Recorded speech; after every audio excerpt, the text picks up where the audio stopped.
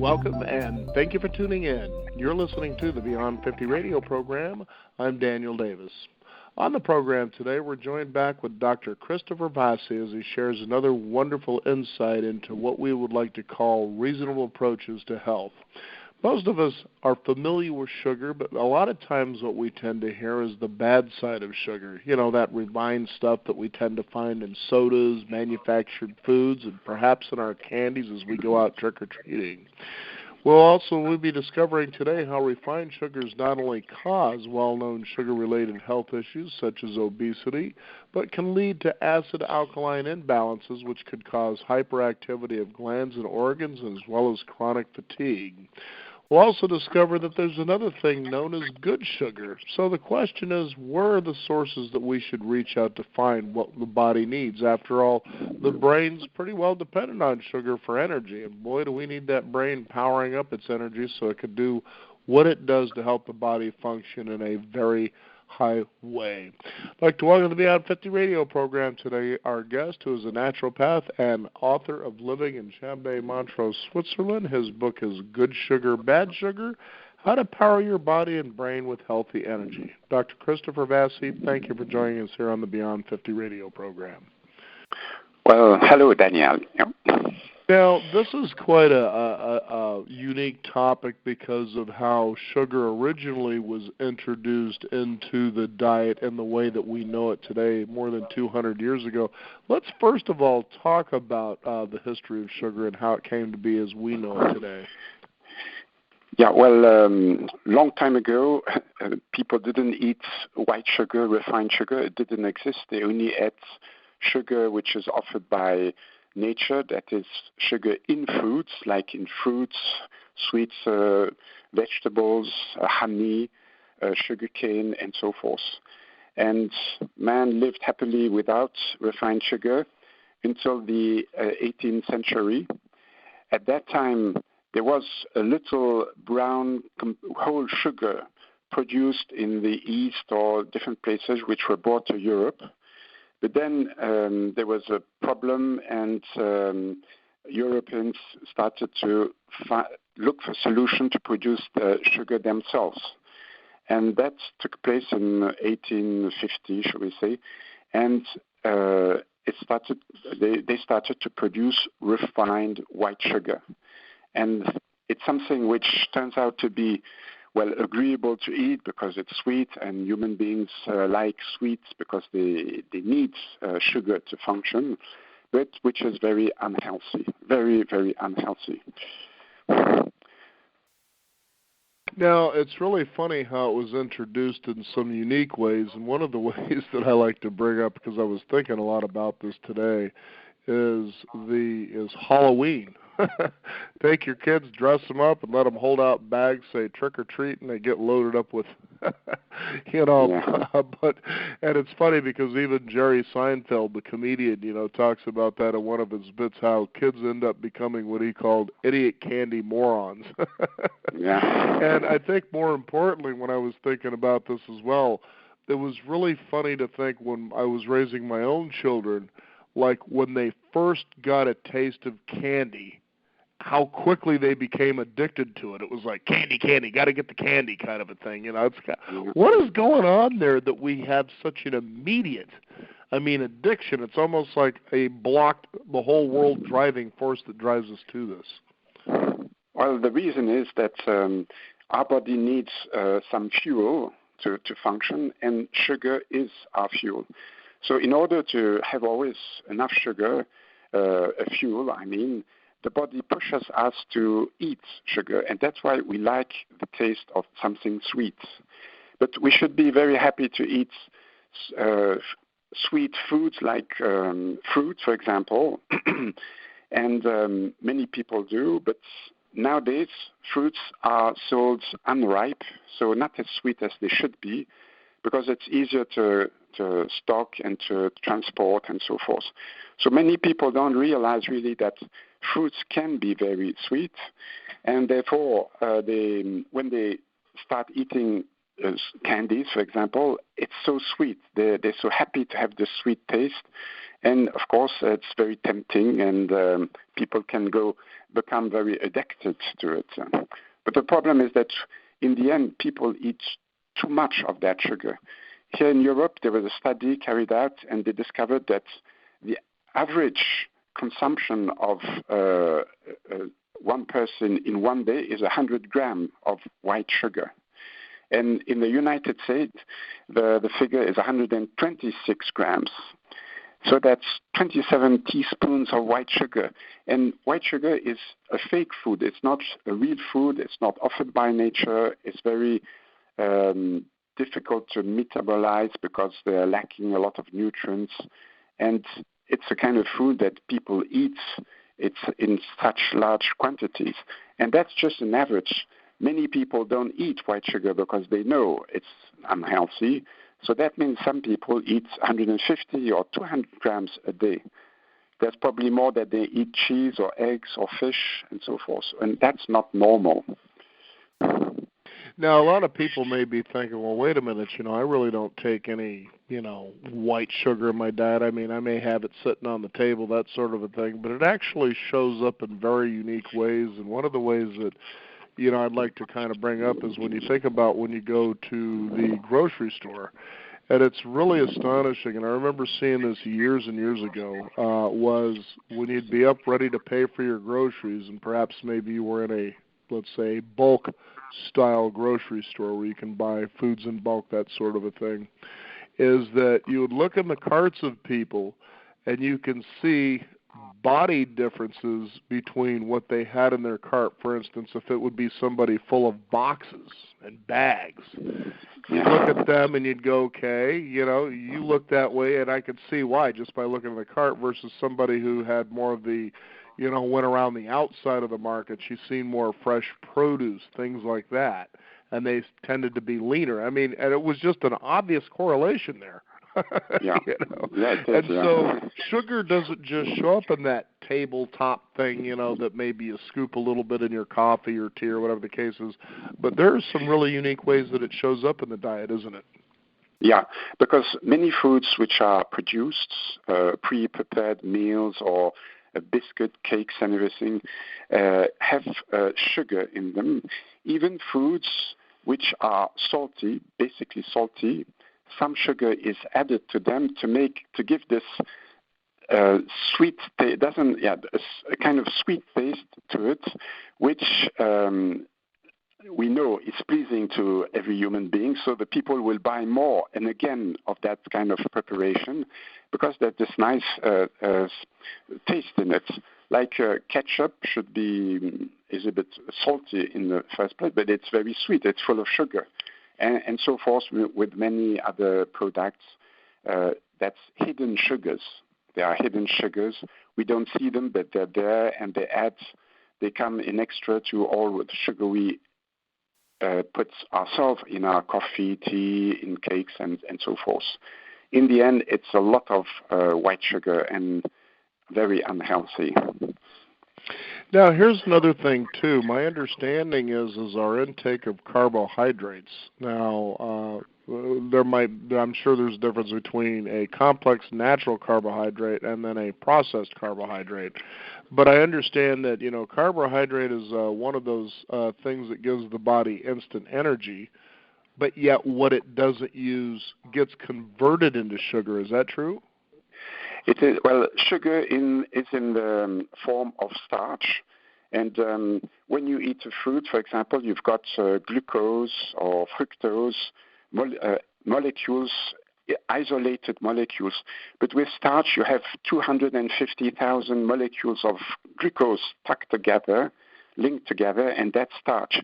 So when we digest, we divide those 250 molecules so that they are all isolated, and that's what it comes into the blood and what we use.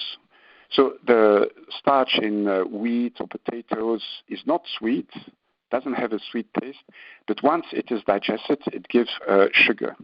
And a lot of sugar, good sugars, because maybe we should say it, the good sugars are the sugars which nature offers us.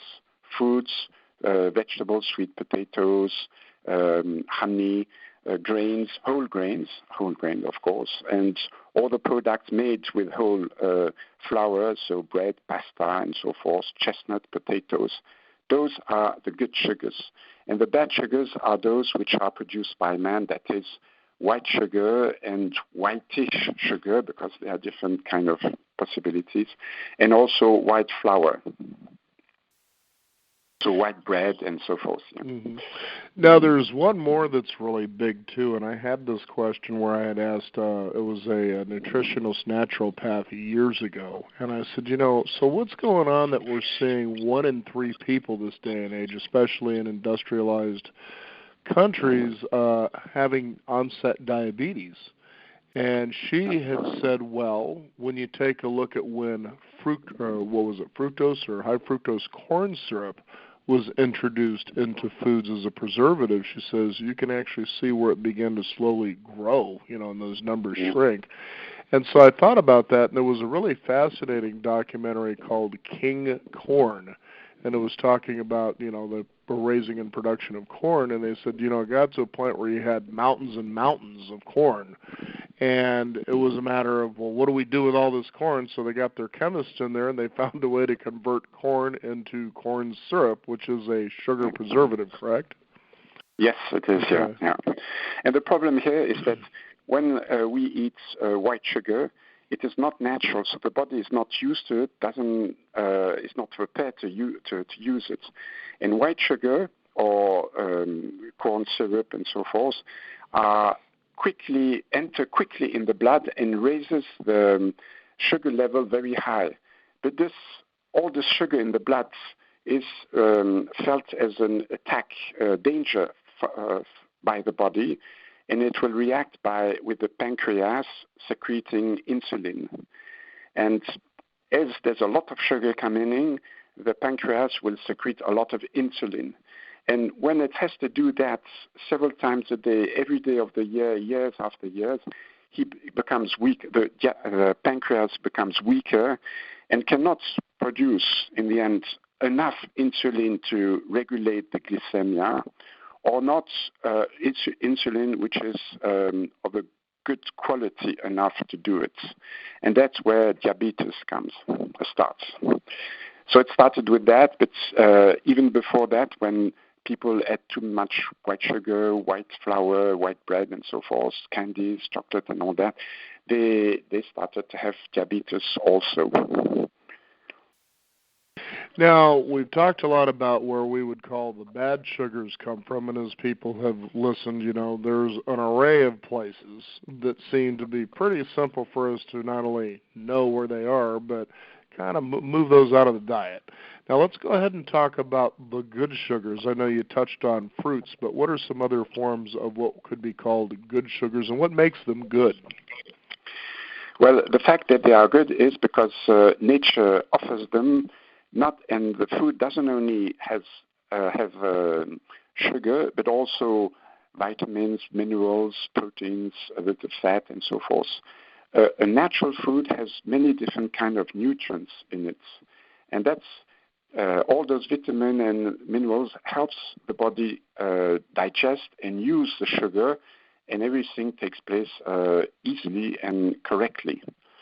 But the problem is that when you refine something and obtain white sugar, you have a fake food because it only contains sucrose and no protein, vitamins, and minerals. It's only one nutrient, sucrose, and 99.6% of white sugar is sucrose. So it's totally unbalanced, and they are lacking vitamins and minerals to help the white sugar to be digested. So it's not well digested and not well used by the body, and it will produce different toxins or acids. And we know, well, in natural medicine, we consider that basically the nature of all illnesses are all those toxins and acids which accumulate in the body and makes it ill. Now, what is it about sugar that the body needs? I alluded earlier to, the brain is one that actually needs sugar. So let's talk about how the body uses sugar in a good way.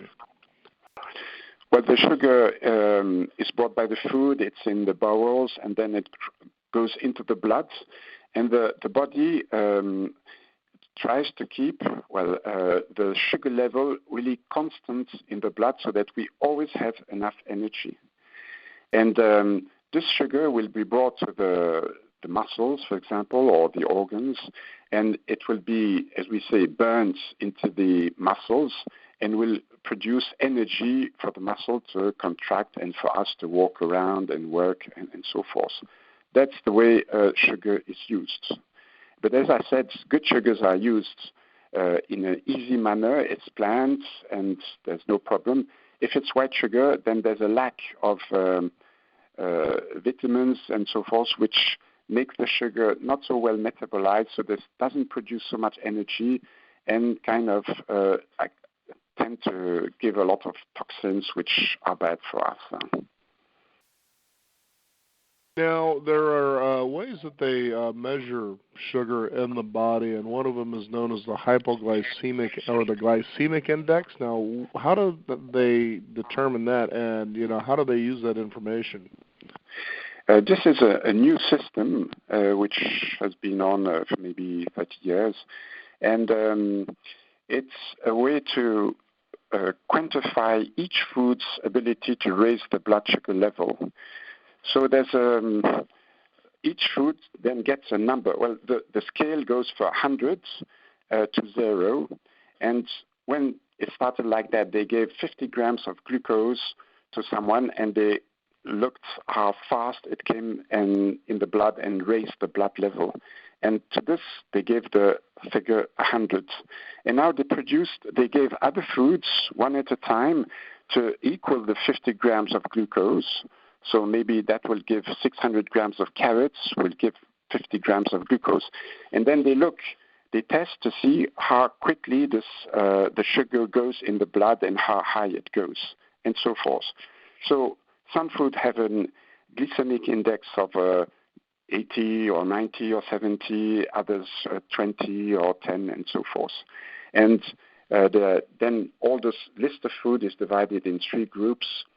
The first group with the higher numbers are not so good sugars because they come very quickly in the blood, and therefore they necessitate a very quick and intense response of the pancreas, which can, with time, weaken it.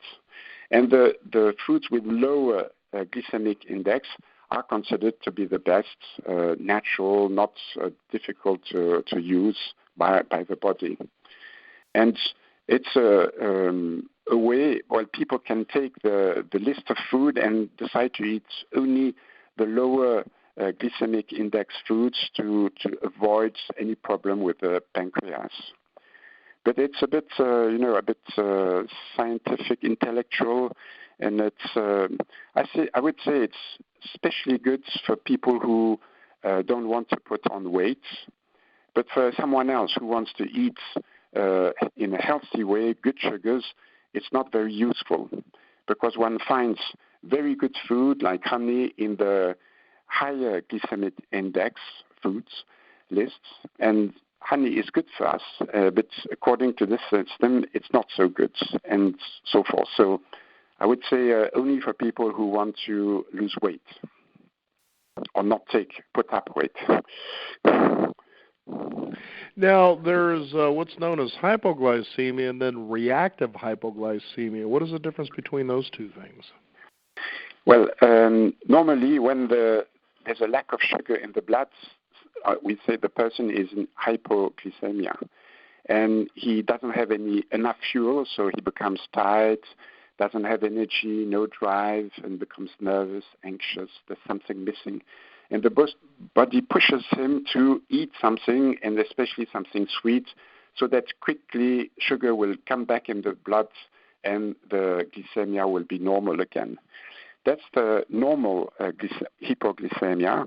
But there's another kind of hypoglycemia which is triggered by an oversensitivity and reactivity of the pancreas to white sugar. When white sugar comes into the body, in the blood, the pancreas can see that and reacts by secreting insulin. But when this happens over and over again, then the pancreas becomes very sensitive. And as soon as there's a little of that white sugar coming in the body, it will overreact and secrete more insulin that it really needs to. Because normally the pancreas secretes exactly the amount of insulin it needs to bring the hyperglycemia, the too much sugar in the blood, to the normal sugar level.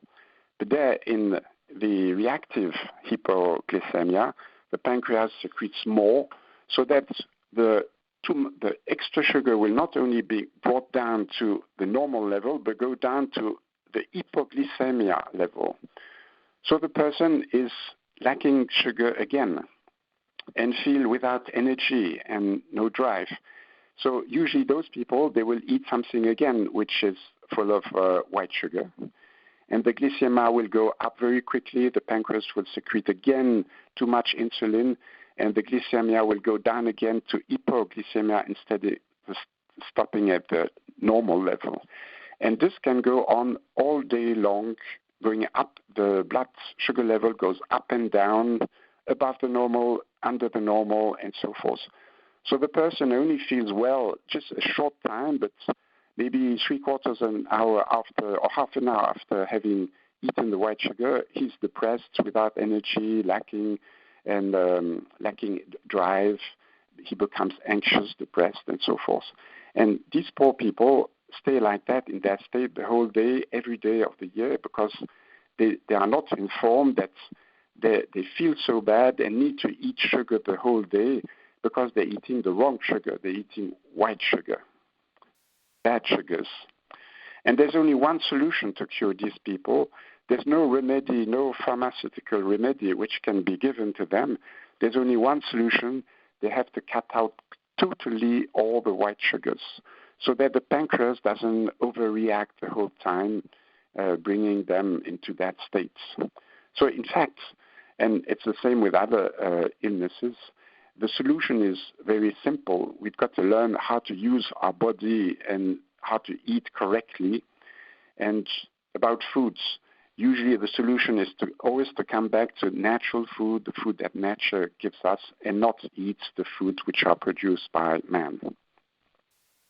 Yeah, as you said, when it's produced by us, we seem to strip it of anything that has any value whatsoever to what our body needs. And when we go out in nature and kind of keep it as whole as possible, then that's a whole different story altogether. So you can see how, replacing bad sugars with good sugars is, the kind of the direction that you want to go. And certainly, as we were talking about earlier, let's kind of eliminate as much, if not all possible, processed foods. It just makes sense. I can give you a few figures.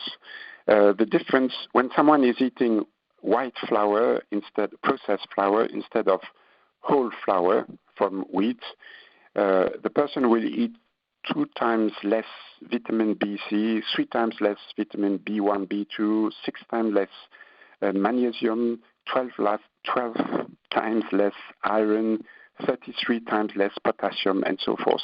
In fact, someone eating white flour will lose 70% of the value of the flour if it was whole flour. So it's a lot. And as flour and bread and pasta and so forth are things we eat normally every day, probably.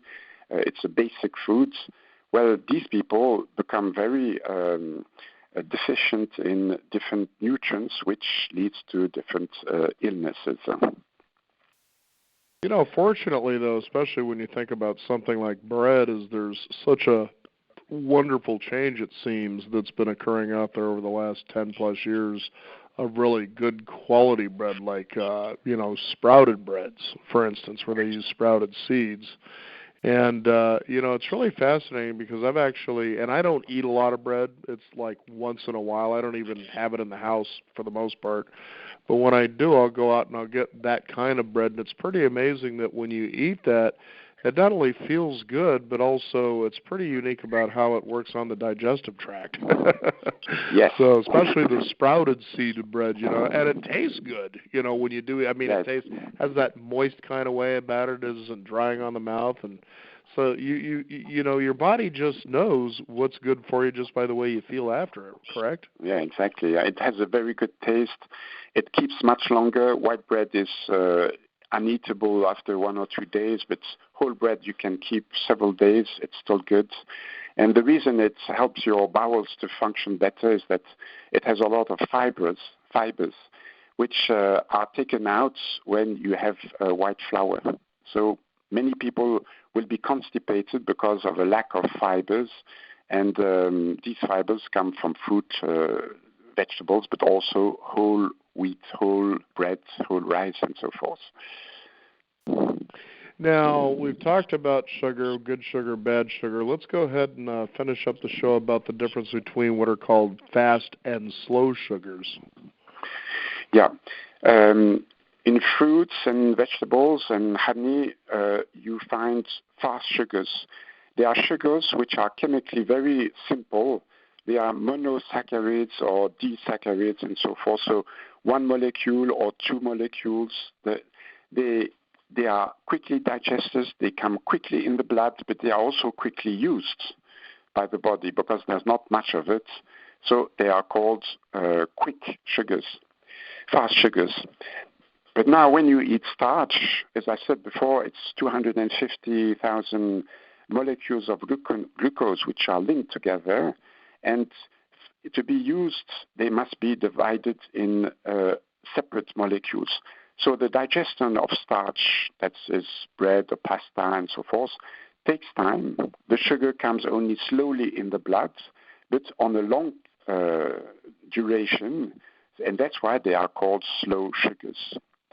So if someone only eats fast sugars, that's fruit, vegetables, and honey, but never any starch, he will have to eat many times during the day to get the sugar as he goes along because it's very quickly used.